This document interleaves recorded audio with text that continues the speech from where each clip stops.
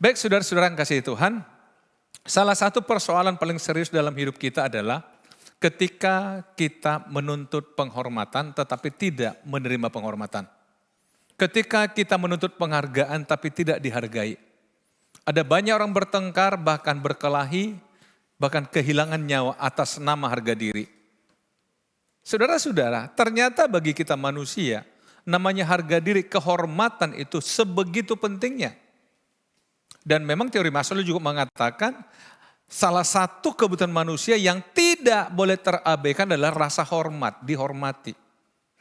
Nah karena itu hari ini saudara, saya coba mengajak kita belajar dari Alkitab. Bagaimana kita menjaga rasa hormat kita kepada diri kita. Bagaimana kita menghargai atau memberi penghormatan pada diri kita. Menjaga penghormatan bagi diri kita. Kalau kita kembali ke Alkitab, sebenarnya kalau kita memahami Tuhan itu menciptakan manusia kan polanya itu kan Allah. Makanya dikatakan manusia diciptakan berupa dan gambar Allah. Berarti kita ini terhormat saudara. Karena kita ini karya Allah langsung. Belum lagi kalau kita bicara setelah kita percaya Tuhan Yesus, kita dibaharui yang namanya lahir baru. Jadi kita diposisikan pada posisi yang terhormat sebenarnya. Cuma sering kali kita salah dalam menjalankan hidup kita sehingga kita kehilangan rasa hormat. Kita menuntut kenapa orang gak hormati saya. Kenapa dia tidak hormati saya. Saudara-saudara, ayah saya dulu berkali-kali itu mengajarkan kami anak-anaknya begini. Kalau kau tak hormati dirimu, jangan pernah berharap orang menghormatimu. Kalau kau tak hormati dirimu, jangan harap orang menghormatimu. Wow. Dia jabarkan dalam banyak hal ini, termasuk dalam hal makan ketika kita makan bersama. Dia mengajarkan kita cara makan orang terhormat. Jadi saudara ternyata orang makan itu pun bisa dikenal dia. Betul saudara? Loh saya pernah ketemu dengan seseorang yang bekerja pada konsultan manajemen yang mereka ditugaskan, konsultan mereka ini merekrut jabatan-jabatan manajer ke atas di perusahaan besar. Jadi mereka ini konsultannya yang coba mewawancari sebagainya. Dia katakan sama saya, Pak, tahu nggak? Yang paling akurat bagi kami adalah mengajak orang itu makan dan mempelajari banyak hal di saat kita makan bersama dengan dia. Dia bilang itu gambaran karakternya Pak.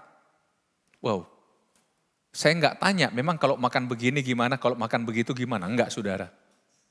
Tapi saya tangkap, oh ternyata dari cara makan orang ketahuan siapa dia. Jadi kalau saudara mau tahu seseorang nanti lihat dia waktu makan di luar. Bukan pura-pura ya, bukan pura-pura saudara. Saya jujur kadang-kadang begini ya, kenapa ada orang kalau makan harus kaki naik di atas, di kursi. Saya kadang-kadang mikir, apa sih? Gitu kan. Tapi ada juga, bukannya laki-laki, perempuan juga loh. Saya baru kemarin lihat di salah satu warung saudara, perempuan naik kaki ke atas. Saya bilang, ya ampun. Padahal menurut saya masih gadis loh.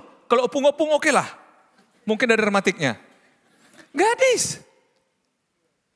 Cuma saya nggak bisa mempelajari kira-kira seperti apa karakternya, nggak bisa juga saya. Jadi Aisyah juga mengatakan cara berpakaian kita juga. Menghormati diri kita. Jangan pernah berpikir orang menghormatimu kalau kau tak menghormati dirimu. Wow. Saya belajar banyak dari hal seperti itu saudara. Nah sekarang kita coba belajar dari Alkitab. Sekali lagi saya katakan kita ini orang terhormat. Cuma seringkali kita tidak menjaga kehormatan kita. Rasul Petrus mengatakan sekarang pokok bahasan kita di 1 Petrus pasal 2. Di ayat 11 dikatakan saudara-saudaraku yang kekasih. Aku menasihati kamu supaya sebagai pendatang dan perantau.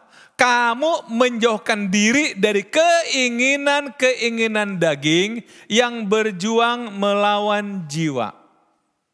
Rasul Petrus menyampaikan ini kepada umat-umat Tuhan yang tersebar di berbagai wilayah. Di Asia khususnya, ketika abad pertama gereja baru dimulai. Rasul Petrus menyadari sepenuhnya bahwa umat Tuhan itu selalu diposisikan pada posisi yang sulit. Karena apa? Dianggap sebuah aliran baru, ajaran baru, pengikut Yesus. Jadi selalu diposisikan pada posisi sulit. Disalahkan, difitnah, dan sebagainya. Nah, Rasul Petrus memahami, kadang-kadang kita terpancing dengan sikap orang terhadap kita. Kita terpancing, saudara. Karena itulah dia katakan, kamu menjauhkan diri dari keinginan-keinginan daging yang berjuang melawan jiwa. Jadi di sini coba dikonfrontasikan antara keinginan daging dan keinginan jiwa. Yang dimaksud keinginan daging di sini adalah dalam konteks Alkitab secara keseluruhan termasuk dalam Galatia adalah hawa nafsu duniawi. Hawa nafsu duniawi, keinginan-keinginan yang lebih bersifat negatif. Yang bertentangan dengan jiwa nurani kita, akal sehat kita. Jadi ini perjuangan dalam hidup, saudara. Antara daging dan jiwa. Jiwa kita itu bicara apa adanya. Dia itu biasanya realistis, logis. Tapi daging kita seringkali menuntut hal-hal termasuk yang tidak masuk akal. Kenapa, saudara? Karena memang sejak Adam berdosa, Alkitab mengatakan oleh karena Adam, maka kita juga lahir mewarisi dosa yang menguasai daging. Manusia itu sifatnya egois. Kita nggak usah mengatakan tidak, setiap manusia tanpa terkecuali. Karena apa? Itu keinginan daging. Saya sudah pernah katakan pada kita, coba lihat seorang bayi aja yang lahir dalam keluarga kita. Masih umur hari, tapi dia sudah lahir dengan egonya dia. Walaupun dalam kondisi begitu, egonya itu perlu bagi dia. Misalnya tiba-tiba dia lapar, kan langsung nangis.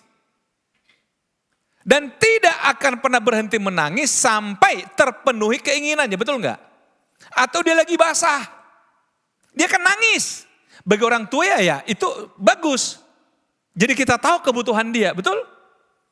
Tetapi begitu dia bertumbuh 1 tahun, 2 tahun, ego itu masih ada, saudara. Kalau dia ingin sesuatu, dia nangis.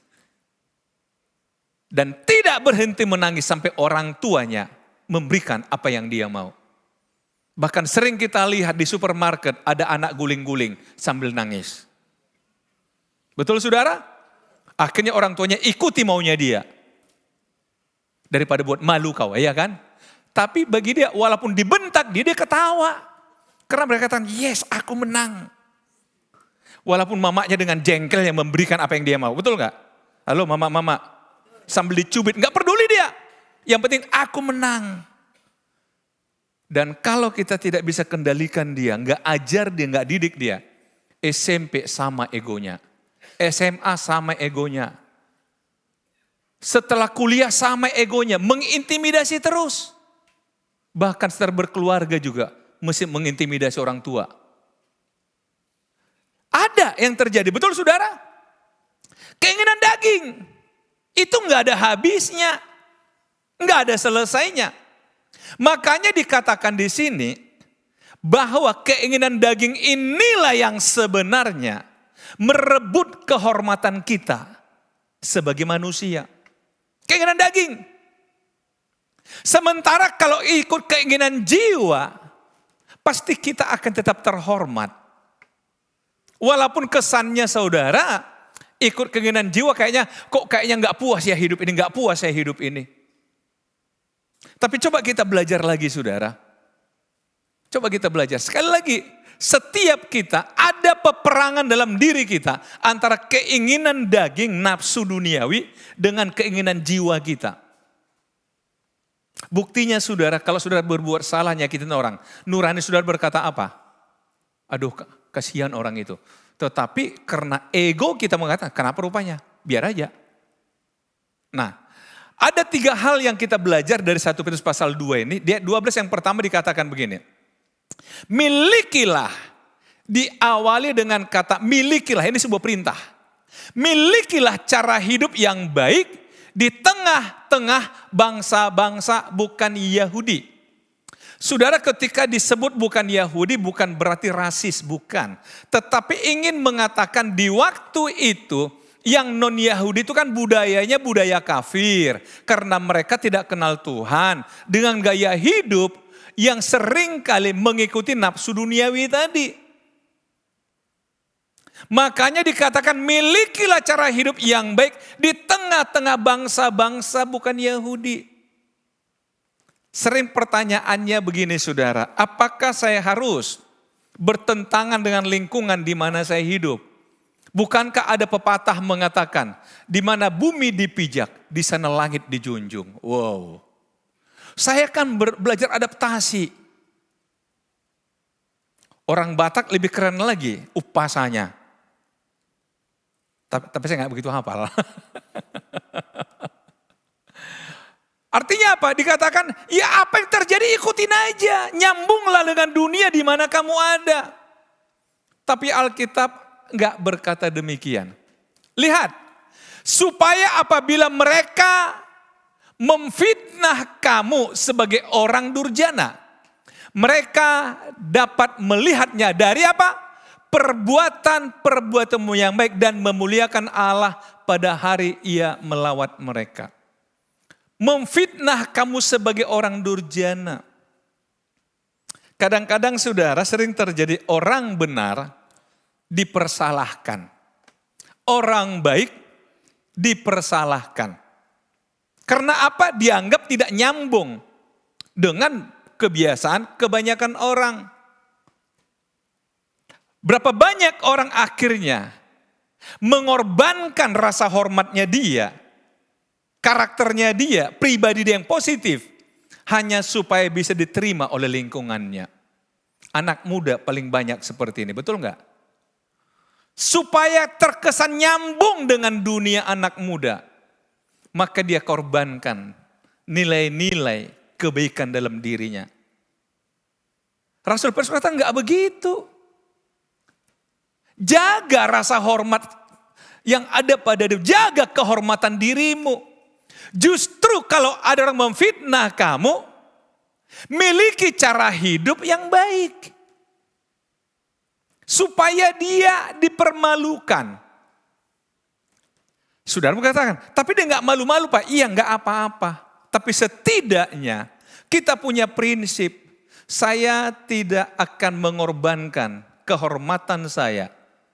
Gara-gara kamu memfitnah saya. Enggak. Enggak saudara. Tapi seringkali orang mulai terpancing hawa nafsu daging tadi. Oh bukan cuma dia bisa marah, aku pun bisa ya. Siapa rupanya kau? Nah, cobalah. Akhirnya terjadi perdebatan saudara, terjadi perkelahian. Hanya gara-gara ini. Kalau saya khotbah di kampung-kampung, saya katakan begini, kadang-kadang emak-emak, mama-mama atau opung-opung, ketemu di Paja, sama-sama belanja di Pekan. Bertengkar mereka akhirnya jamba-jambaan. Kalau ditanya, kenapa Pung? Dihinanya aku, demi harga diri ini, demi harga diri. Saya pengen tanya saudara, kalau udah jamba-jambaan harga diri naik atau turun? Padahal tujuan jamba-jambaan untuk apa? Harga diri. Nah inilah nafsu ini kan, justru membuat kita kehilangan harga diri. Nah ini yang dikatakan firman Allah, harga dirimu ketika engkau tetap bisa berbuat baik terhadap orang yang berbuat tidak baik padamu. Itulah harga dirimu. Tapi ketika engkau membalas seperti yang mereka lakukan, engkau kehilangan harga dirimu. Ini yang pertama saudara. Gimana saudara? Ya tapi dia menghina aku, enggak apa-apa. Apakah hidup kita seperti apa kata orang? Halo? Saya kan pernah cerita pada saudara, mungkin beberapa saudara belum pernah dengar. Waktu airport kita di Polonia, dulu mobil saya mobil Kijang Super saudara. Udah cukup lama lah ini. Jadi ada teman saya pebis dari Jakarta, dia telepon saya, Pak, staf saya baru pertama kali ke Medan Pak, tolong Pak jemput ya, nanti hantar ke satu alamat, setelah itu tinggalkan aja Pak di sana Pak. Tinggalkan di sana.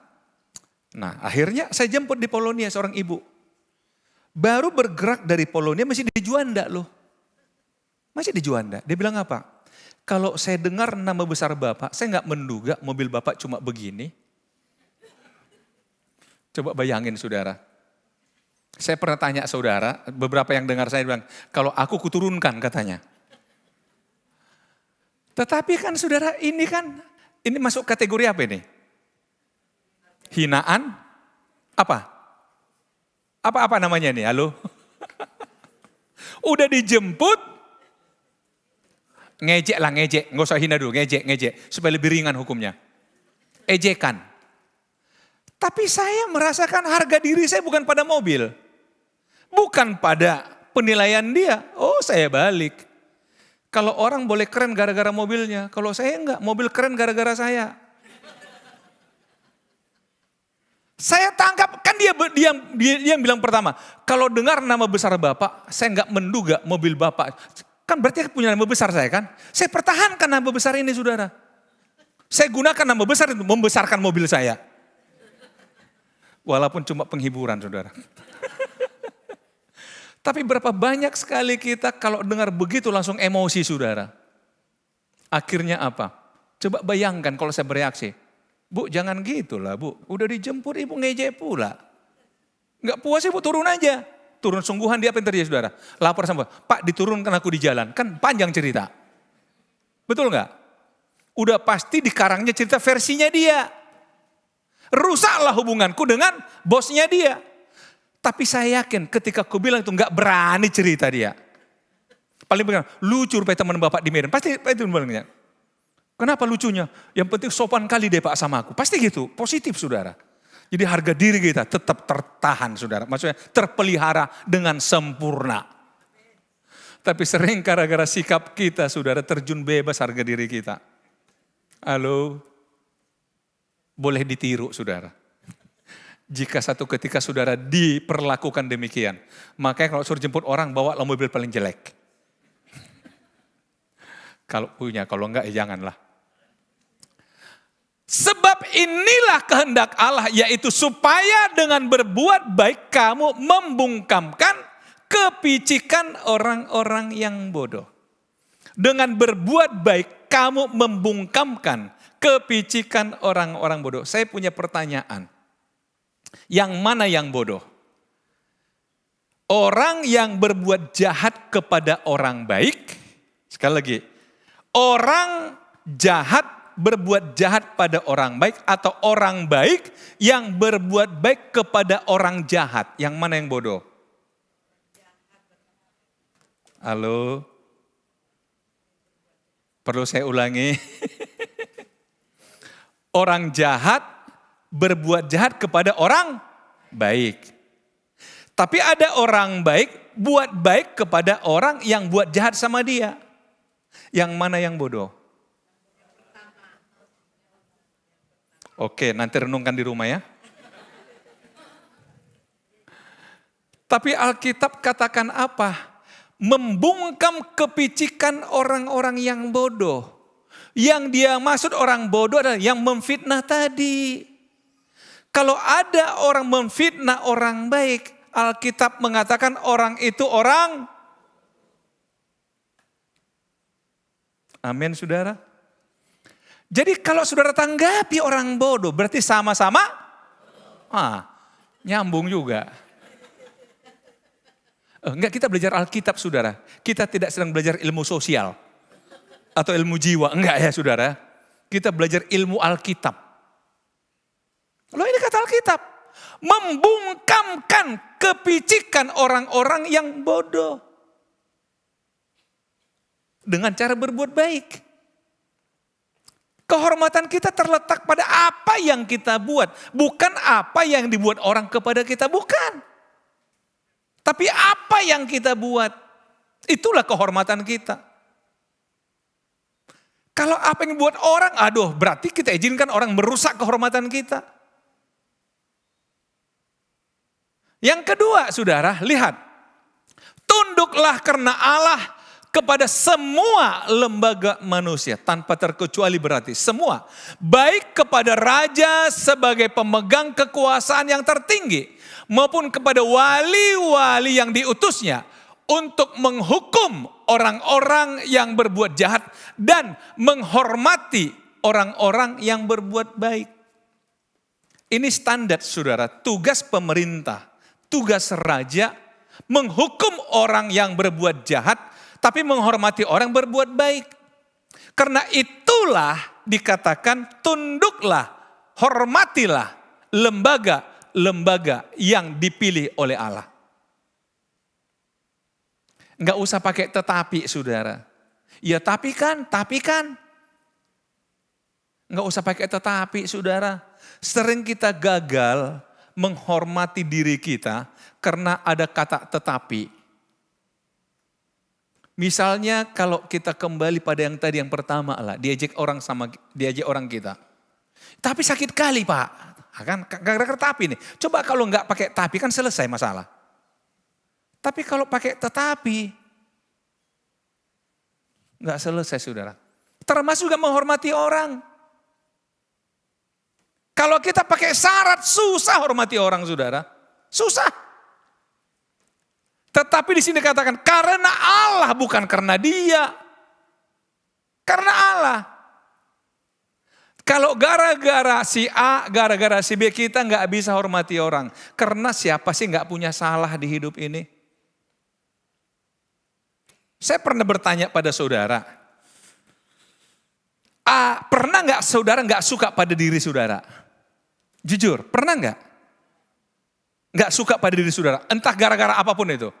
Tapi tiba-tiba saudara marah pada diri saudara. Rasanya menyesal, rasanya ini. Pernah nggak?